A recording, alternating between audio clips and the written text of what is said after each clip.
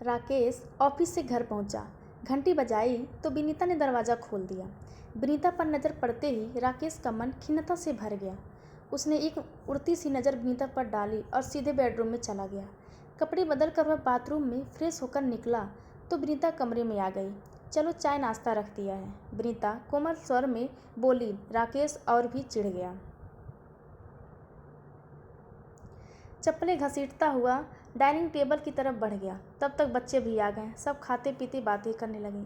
बच्चों के साथ साथ बात करते करते उसका मूड कुछ ठीक हो गया। अभी वे बातें ही कर रहे थे, विनीता फिर उठ गई और जूठे बर्तन समेटने लगी। उसने विनीता पर नज़र दौड़ाई। फैला बेडौल शरीर, बढ़ा पेट, कमर में खोसा साड़ी का पल्ला, बेतरतीब बालों को ठूस कर बनाया जूड़ा, बेजान होता चेहरा। बच्चों के साथ बातें करते करते राकेश का ठीक होता मूड भी उखड़ गया। विनीता बर्तन उठाकर किचन में चली गई। उसके प्रेशर कुकर, चकला बेलन और बर्तनों की खनखन ने अपना बेसुरा संगीत शुरू कर दिया। राकेश ने झुंझला कर अखबार उठाया और बाहर बरामदे में चला गया। थोड़ी देर सुबह के पढ़े बासी अखबार को दोबारा पढ़ता हुआ। फिर शाम को धुंधलका छाने लगा तो दिखाई देना कम हो गया। उसने लाइट नहीं जलाई। अंदर जाने का मन नहीं किया। कुर्सी पर पीछे सिर टिका कर यादों में खो गया। इसे विनीता को कभी राकेश ने लड़कियों की भीड़ में पसंद किया था, घर वालों की मर्जी के खिलाफ जाकर अपनाया था। उसके जेहन में वह दुबली पतली बड़ी बड़ी आंखों वाली सी छवि तैर गई। चाचा की बेटी की शादी में कानपुर गया राकेश जब लौटा तो अकेला नहीं आया। विनीता का वजूद भी उसके जेहन से लिपटा साथ आ गया। बारातियों से हंसी ठिठोली करती दुल्हन की सहेलियों के बीच उसकी नज़र गोरी लंबी छरहरी विनीता पर अटक गई।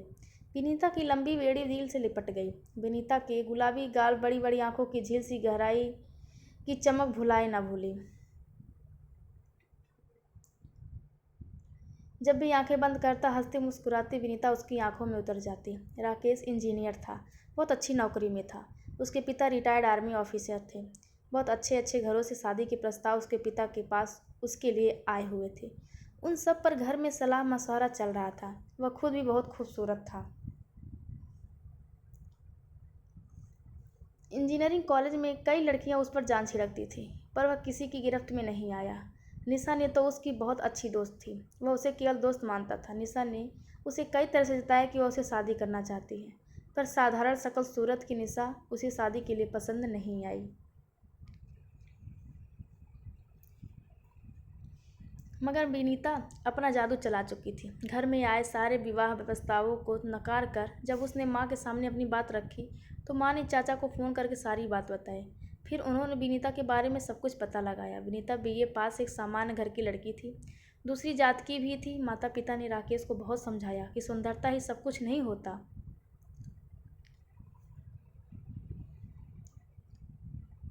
लड़की किसी भी तरह उस योग्य नहीं है। आजकल के हिसाब से उसे ज़्यादा पढ़ी लिखी भी नहीं कहा जा सकता। बीए पास तो है, कौन सा मुझे उससे नौकरी करवानी है।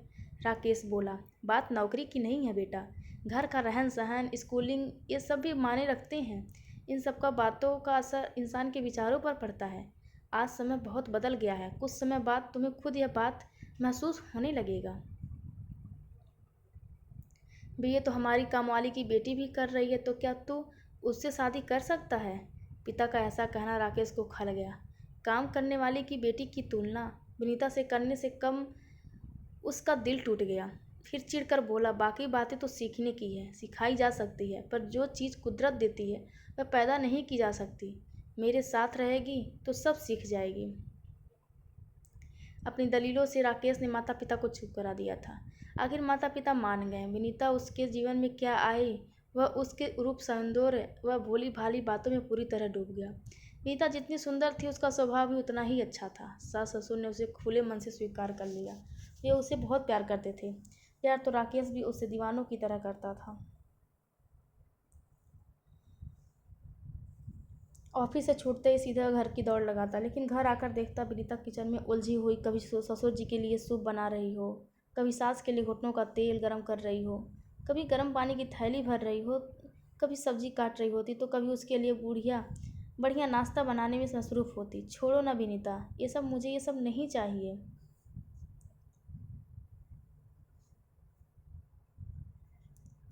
कह राकेश गैस बंद कर देता। माँ पापा का काम तुम पहले निपटा लिया करो, जब मैं आऊँ तो सिर्फ मेरे पास रहा करो। वह उसे अपने प्यार में भरने की कोशिश करता। विनीता कंसा जाती। क्या करते हैं, माँ आ जाएंगी कहकर जबरन खुद को छुड़ा लेती तो फिर कमरे में चली जाती। राकेश शरारत करते हुए कहता, कैसे चल दूँ, खाना बनाने में देर हो जाएगी। वह उसे चाय कप देता, थमा देती। देखो मैंने आपके लिए ब्रेड रोल बनाए हैं, खाकर बताओ कैसे बने हैं। वह कुड़ कर कहता, हमारी नई नई शादी हुई है विनीता, तुम समझती क्यों नहीं हो। और वह उसे फिर पास खींचकर बाहों में भरने का प्रयास करता। विनीता परे छिटक जाती। अपने मचलते अरमानों को काबू कर राकेश पैर पर रखता किचन से बाहर निकल जाता। उसका बहुत मन करता कि विनीता सब कुछ उसके आने से पहले निपटा कर अच्छी तरह सज धज कर उसका इंतज़ार करे और उसके आने के बाद उसके पास बैठे, उसके साथ घूमने चलें, फिल्म देखने चलें, बाहर खाना खाने चलें, आइसक्रीम खाने चलें। मगर शायद विनीता की ज़िंदगी में इन सब बातों का प्राथमिकता नहीं थी। उसने अपनी माँ को भी ऐसे ही काम में उलझा देखा था और यही सोचती थी कि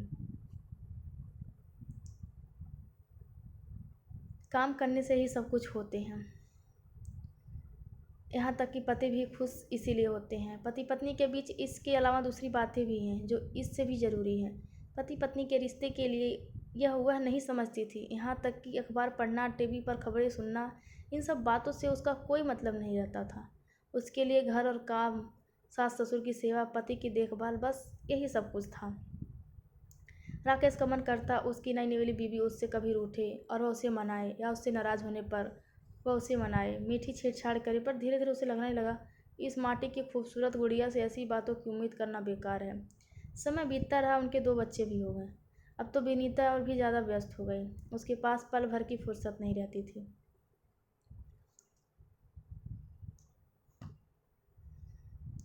वह कई बार कहता, विनीता खाना बनाने के लिए कोई रख लो, तुम बस अपना का देख रेख में बनवा लिया करो। काम में इतनी उलझी रहती हो, मेरे लिए तो तुम्हारे पास कभी समय नहीं रहता। कब समय नहीं रहता आपके लिए, विनीता हैरानी से कहती। कौन सा काम नहीं करती हूँ आपका।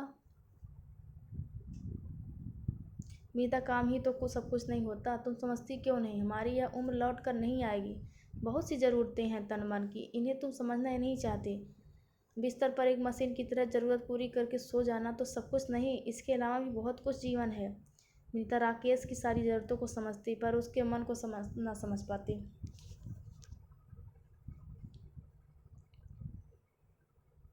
वह अच्छी बहू थी, अच्छी माँ थी, अच्छी पत्नी थी, पर अच्छी साथी नहीं थी। और एक साथी की कमी राकेश को हमेशा अकेलेपन, एक अजीब तरह की तृष्णा व भटकन से भर देती। राकेश का मन करता उसके दोस्तों की बीवियों की तरह विनीता भी तरह तरह की ड्रेसेस पहने, जो शालीन पर फैशनेबल हो।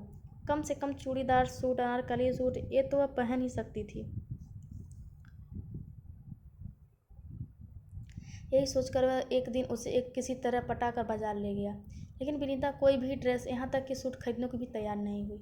अरे यह सब माँ पापा क्या कहेंगे, मैं नहीं पहन सकती, ये सब मेरे सभी दोस्तों की पत्नियाँ पहनती हैं। विनीता, यह अनारकली सूट ले लो, तुम पर खूब फवेगा। अभी तुम्हारी उम्र ही क्या है, आजकल तो 60 साल की औरतें भी यह सब पहनती हैं।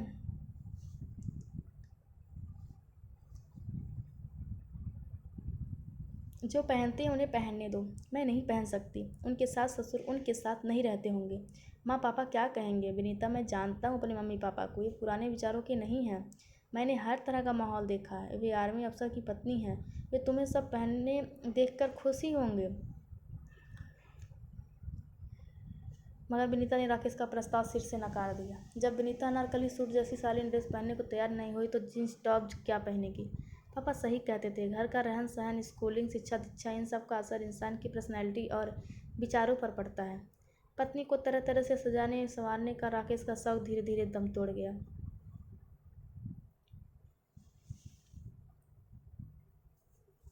राकेश नौकरी में ऊंचे पदों पर पहुंचता गया, बच्चे बड़े होते गए, माता पिता वृद्ध होते गए और फिर एक दिन इस दुनिया से चले गए। विनीता की जैसे जैसे उम्र बढ़नी शुरू हुई तो खुद से बेपरवाह उसका शरीर भी फैलना शुरू हो गया। चेहरे की रौनक जो उम्र की देन थी, बिना देखभाल के बेजान होने लगी। लंबे लहराते बाल उम्र के साथ पतली पूंछ जैसे रह गए। वह उन्हें लपेट कर कस कर जुड़ा बना लेती,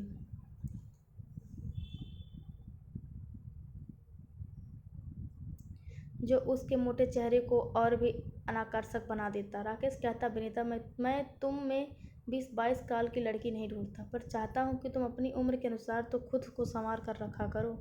42 की उम्र ज़्यादा नहीं होती, मगर विनीता पर कोई असर नहीं पड़ता। धीरे धीरे राकेश ने बोलना ही छोड़ दिया। वह खुद 46 की उम्र में अभी भी 36 से अधिक नहीं लगता था। अपने मोटापे, पहनावे और रहन सहन की वजह से विनीता उम्र में उससे बड़ी लगने लगी थी। अब राकेश का उसे साथ ले जाने का भी मन नहीं करता। ऐसा नहीं था कि वह दूसरी औरतों की तरफ आकर्षित होता था, पर तुलना स्वाभाविक रूप से हो जाती थी। आप अभी तक यहाँ बैठे हैं, लाइट भी नहीं जलाई? विनीता लाइट जलाते हुए बोली। चलो खाना खा लो।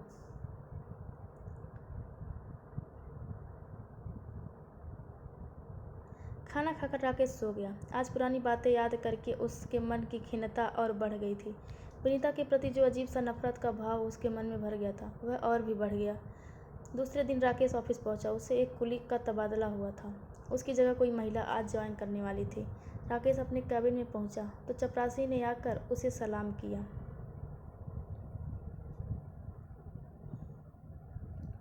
फिर बोला, साहब आपको बुला रहे हैं। राकेश बॉस के कमरे की तरफ चल दिया। इजाज़त मांगकर अंदर गया तो उसके बॉस बोले, राकेश, ये निशा शर्मा है। महेंद्र की जगह इन्होंने ज्वाइन किया है। इन्हें इनका काम समझा दो।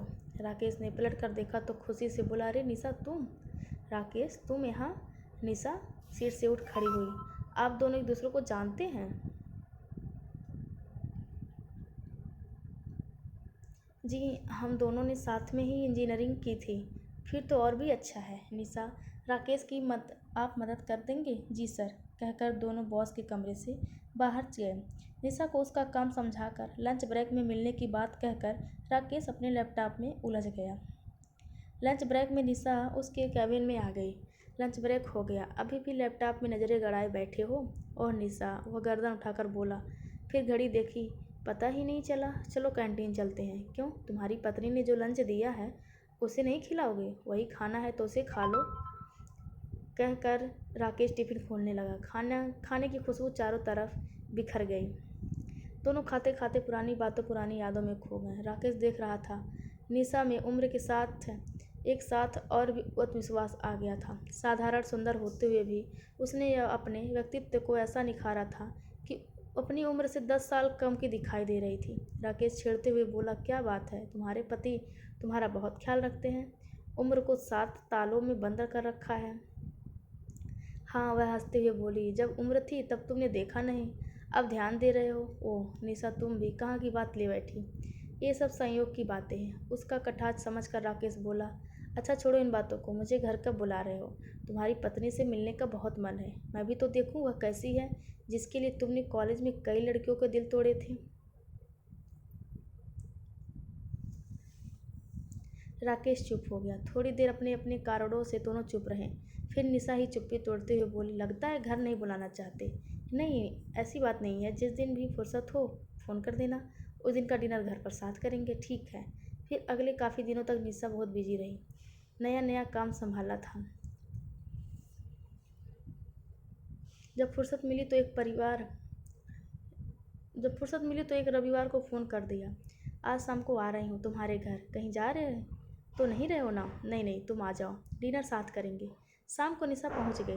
उस दिन तो वह और दिनों से भी ज़्यादा स्मार्ट और सुंदर लग रही थी। राकेश को उसे विनीता से मिलाते हुए भी शर्मा रही थी। फिर खुद को ही धिक्कारने लगा कि क्या सोच रहा है। तभी विनीता ड्राइंग रूम में आ गई। विनीता, यह है निशा, मेरे साथ इंजीनियरिंग कॉलेज में पढ़ती थी। विनीता का परिचय कराते हुए राकेश ने निशा के चेहरे के भाव साफ पढ़ लिए। और जैसे कह रही हो कि यही है वह जिसके लिए तुमने मुझे ठुकरा दिया था। वह थोड़ी देर तक हैरानी से विनीता को देखती रही। बैठिए ना, खड़ी क्यों है? विनीता की आवाज़ सुनकर वह चौकन्नी हुई। विनीता और निशा की पर्सनैलिटी में ज़मीन आसमान का फ़र्क था। दोनों की बातचीत में कुछ भी कॉमन नहीं था, इसलिए ज़्यादा बातें राकेश व निशा के बीच ही होती रही। पर साफ दिल विनीता ने इसे अन्यथा नहीं लिया। खाना खाकर निशा जाने लगी तो राकेश कार की चाबी उठाते हुए बोला, विनीता, मैं निशा को घर छोड़कर आता हूँ। अपने अपने झंझावतों में उलझे राकेश और निशा कार में चुप थे। तभी राकेश अचानक बोल पड़ा, निशा, विनीता पहले बहुत खूबसूरत थी। पर उसे न सजने संवरने, न पहनने ओढ़ने और न ही पढ़ने लिखने का शौक है। किसी भी बात का शौक नहीं रहा उसे कभी। निशा ने जवाब दिया। बहुत कोशिश की उसे बदलने की, बहुत समझाया, पर वह समझती ही नहीं। थक हार कर मैं ही चुप हो गया। क्या खूबसूरती ही सब कुछ होती है राकेश? निशा का स्वर इतना थका था जैसे मीलों की दूरी तय करके आया हो। राकेश उसके थके स्वर के मतलब को समझ रहा था। वह चुप हो गया। थोड़ी देर में दोनों चुप रहे। फिर एक एक निशा बोली, बातों से समझा कर नहीं मानती तो कुछ कुछ करके समझाओ। जब तक दिल पर चोट नहीं लगेगी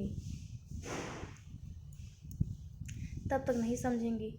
जब तक कुछ खो देने का डर नहीं होगा तब तक कुछ पाने की कोशिश नहीं करेगी। राकेश चुप रहा। निशा की बात कुछ समझा, कुछ नहीं। तभी उसने कार एक जगह रोक दी। यहाँ कहाँ रोक दी कार? आइसक्रीम खाने के लिए। तुम्हें आइसक्रीम बहुत पसंद है ना? और वह भी आइसक्रीम पार्लर में खाना। तुम्हें याद है अभी तक? निशा संजीदगी से बोली, हाँ क्यों नहीं, दोस्तों की आदतें भी कोई भूलता है क्या? चलो उतरो। राकेश कार का दरवाज़ा खोलते हुए बोला। दोनों उतर कर आइसक्रीम पार्लर में चले गए। उन्हें पता ही नहीं चला कि काफ़ी समय हो गया है। फिर निशा को छोड़कर जब राकेश घर पहुंचा तो विनीता उसके इंतजार में चिंतित सी बैठी थी। उसे देखते ही बोली, बहुत देर कर दी आपने।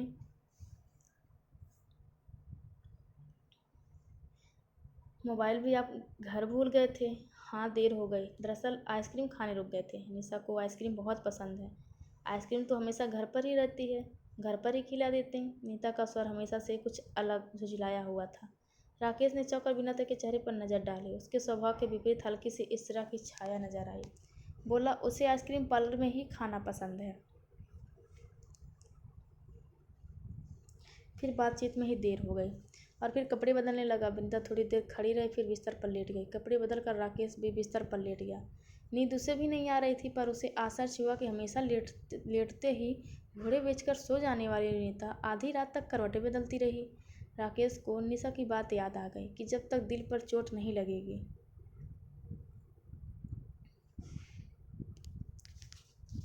कुछ खोने का डर नहीं होगा, तब तक कुछ पाने की भी कोशिश नहीं करेगी। अब राकेश अक्सर ऑफिस से घर आने में कुछ देर करने लगा। कभी उससे कुछ भी न पूछने वाले विनीता अब कभी कभी उससे देर से आने का कारण पूछने लगी। वह भी लापरवाही से जवाब दे देता। निशा को कुछ शॉपिंग करनी थी, उसके साथ चला गया। उसके पति तो यहाँ पर है नहीं अभी। और फिर विनीता के चेहरे के भाव देखना नहीं भूलता। वह देखता कि निशा का नाम सुनकर विनीता का चेहरा स्याह पड़ जाता था। पति पत्नी के बीच के उस महीन से अदृश्य अधिकार सूत्र को उसने कभी पकड़ा ही नहीं था। अब अक्सर ही यही होने लगा। राकेश किसी न किसी कारण से देर घर आता। छुट्टी वाले दिन भी निकल जाता, कभी कभी शाम को भी निकल जाता और खाना खाकर घर पहुंचता। विनीता के पूछने पर कह देता कि निशा के साथ था। विनीता कसमसा आ जाती थी।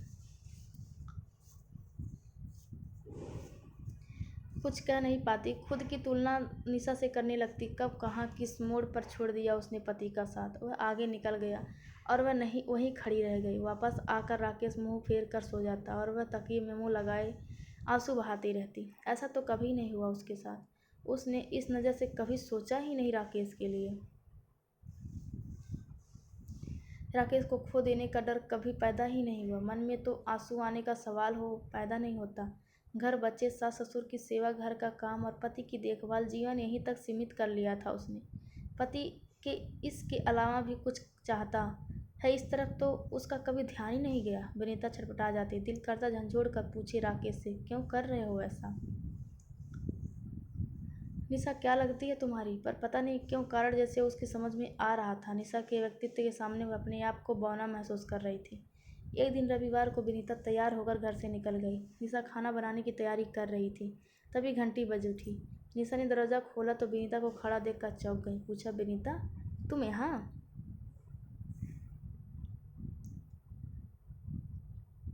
इस समय? राकेश कहाँ है? वे घर पर नहीं थे?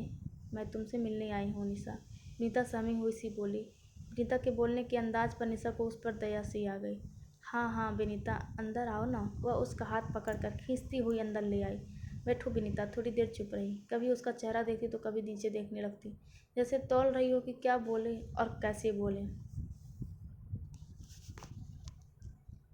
विनीता, घबराओ मत, खुलकर बोलो, क्या काम है मुझसे? वह आजकल राकेश कुछ बदल से गए हैं। बोलते बोलते वह हकला सी गई। जब से तुम आई हो सुनकर निशा जोर से हंस पड़ी। अक्सर घर से गायब रहने लगे हैं, तुम्हारे पास आ जाते हैं। कहते कहते उसकी आंखों में आंसू आ गए। तुम तो शादीशुदा हो निशा, मुझसे मेरा पति मत छीनो।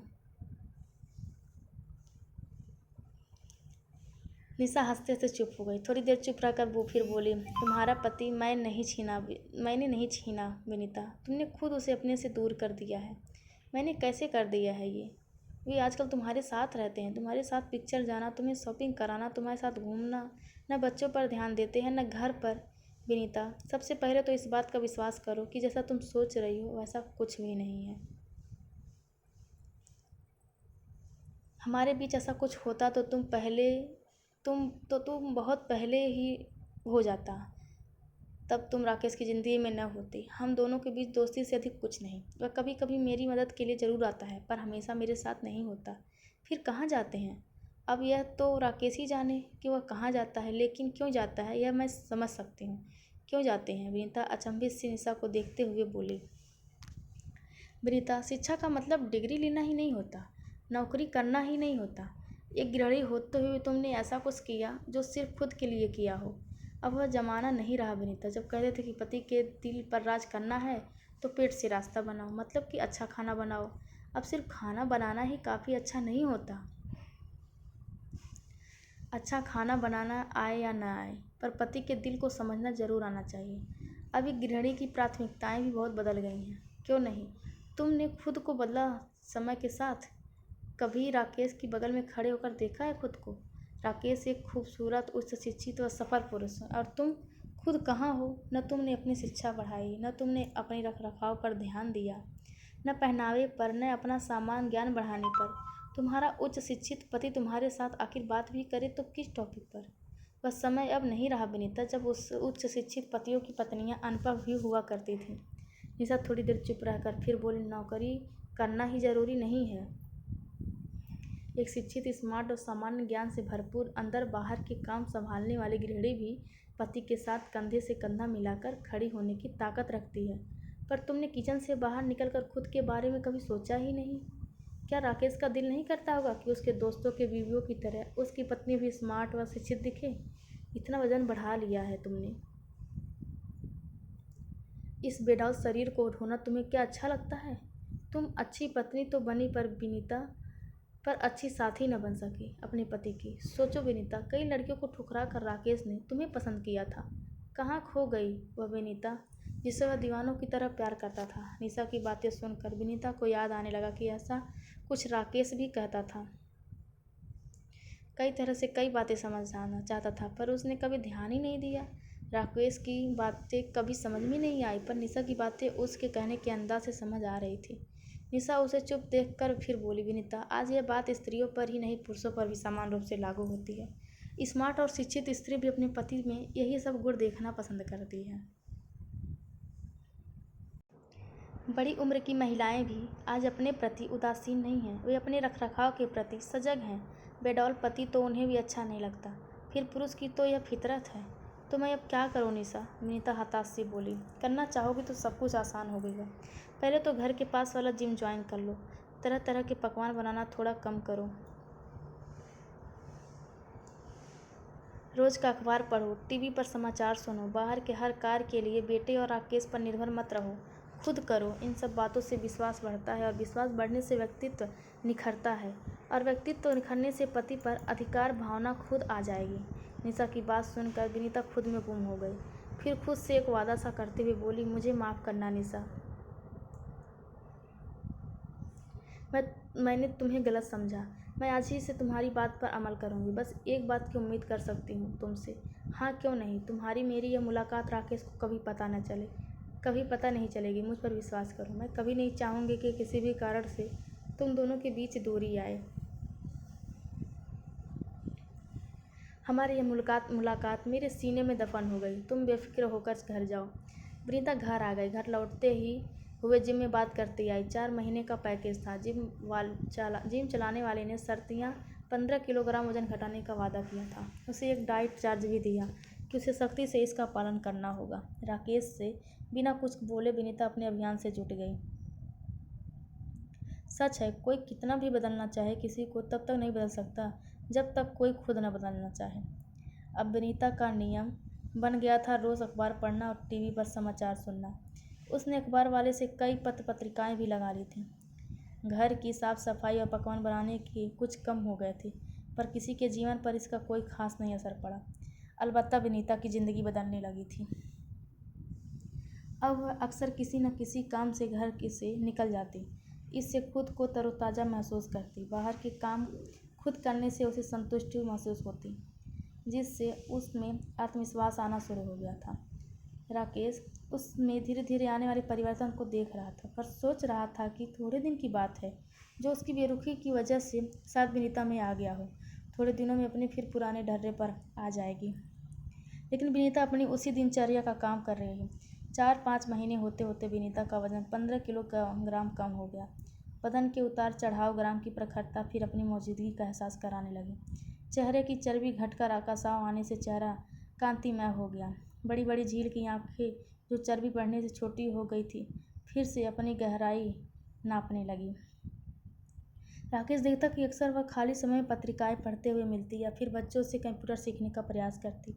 अब विनीता को फ़ोन पर किसी से बात करते हुए सुनता, जो उसे विनीता के लहजे व बातचीत पर हैरानी होती।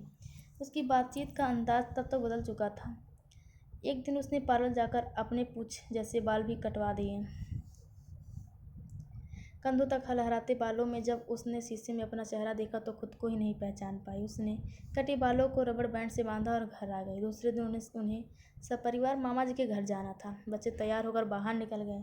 राकेश भी तैयार होकर बाहर निकला। कार बैक कर खड़ी की और विनीता के बाहर आने का इंतजार करने लगा।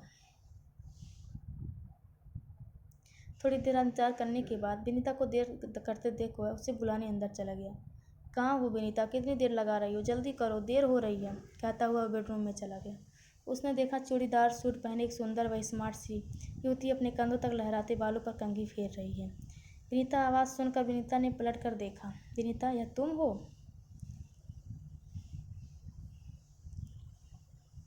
राकेश उसे खुशी मिश्रित आश्चर्य से देख रहा था। उसे सामने देखकर विनीता ऐसे शर्मा रही थी जैसे कल की शादी हुई हो। राकेश उसके करीब आ गया। विश्वास नहीं हो रहा है कि यह तुम हो। तुम्हें देखकर तो आज 17-18 साल पहले के दौर में पहुंच गया हूँ। कितनी सुंदर लग रही हो। वह उसकी झील सी गहरी आंखों में डुबकी लगाते हुए बोला। चलो हटो, ऐसे ही बोल रहे हो, बहुत सताया आपने मुझे।